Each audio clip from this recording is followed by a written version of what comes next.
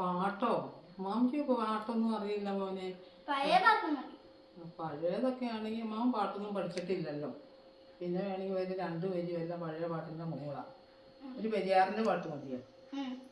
പെരിയാറേ പെരിയാറേ പർവ്വത നിരയുടെ പനിനീരേ കുളിരും കൊണ്ട് കുണുങ്ങി നടക്കും മലയാളി പെണ്ണാണു നീ, ഒരു മലയാളി പെണ്ണാണു നീ.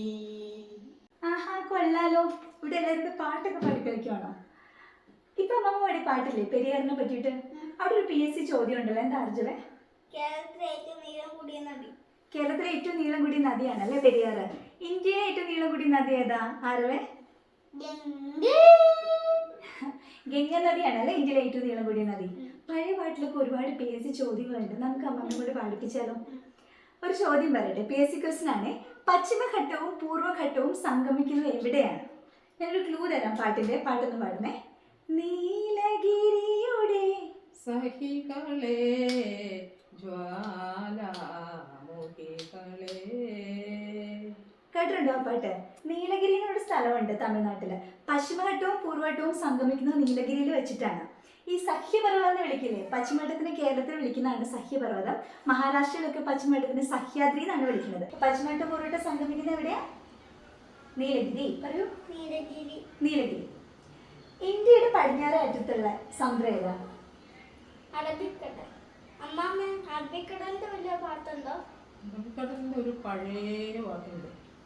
അറബിക്കടലൊരു മണവാളൻ കരയോ നല്ലൊരു മണവാട്ടി. അറബിക്കടലാണല്ലേ ഇന്ത്യയുടെ പടിഞ്ഞാറ് അറ്റത്ത്. നമ്മുടെ കേരളത്തിലൊരു സ്ഥലമുണ്ട്, സമുദ്രനിരപ്പിൽ നിന്നും ഏറ്റവും താഴത്തുള്ള പ്രദേശമാണ്. ഏതാണെന്നറിയാമോ? അതിനെ പറ്റിയിട്ടൊരു പാട്ടുണ്ട്, ഓണത്തിനൊക്കെ നമ്മൾ പാടും. ആ സ്ഥലം തുടങ്ങുന്നൊരു പാട്ട്. കൊച്ചു പെണ്ണെ കുയിലാളെ കൊട്ടു വേണം കുഴൽ വേണം കുരവ വേണം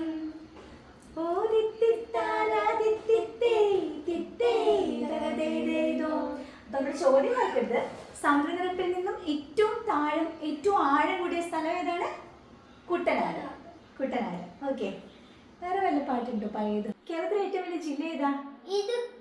ഇടുക്കിയെ പറ്റിയിട്ട് പാട്ടുണ്ടല്ലോ. ഇങ്ങനെ പല പാട്ടുകളിലും നമുക്ക് PSC ചോദ്യങ്ങളും ഉത്തരങ്ങളും ഒക്കെ കാണാം. GK ക്വസ്റ്റ്യൻസും ഉത്തരങ്ങളും ഒക്കെ പല പാട്ടുകളിലും ഉണ്ട്. അപ്പം അങ്ങനെ നിങ്ങൾക്ക് ഏതെങ്കിലും പാട്ടുകളിലൊക്കെ നമുക്ക് പറ്റിയ GK ക്വസ്റ്റ്യൻസും ആൻസേഴ്സ് ഒക്കെ കിട്ടുന്നുണ്ടെങ്കിൽ ആ പാട്ടുകളൊക്കെ കമൻറ്റ് ചെയ്യാൻ മറക്കല്ലേ. നിങ്ങൾക്ക് പാട്ട് പാടി കമൻറ്റ് ചെയ്യാൻ പറ്റുകയാണെങ്കിൽ തീർച്ചയായിട്ടും പാട്ട് പാടി വീഡിയോ അയക്കണേ.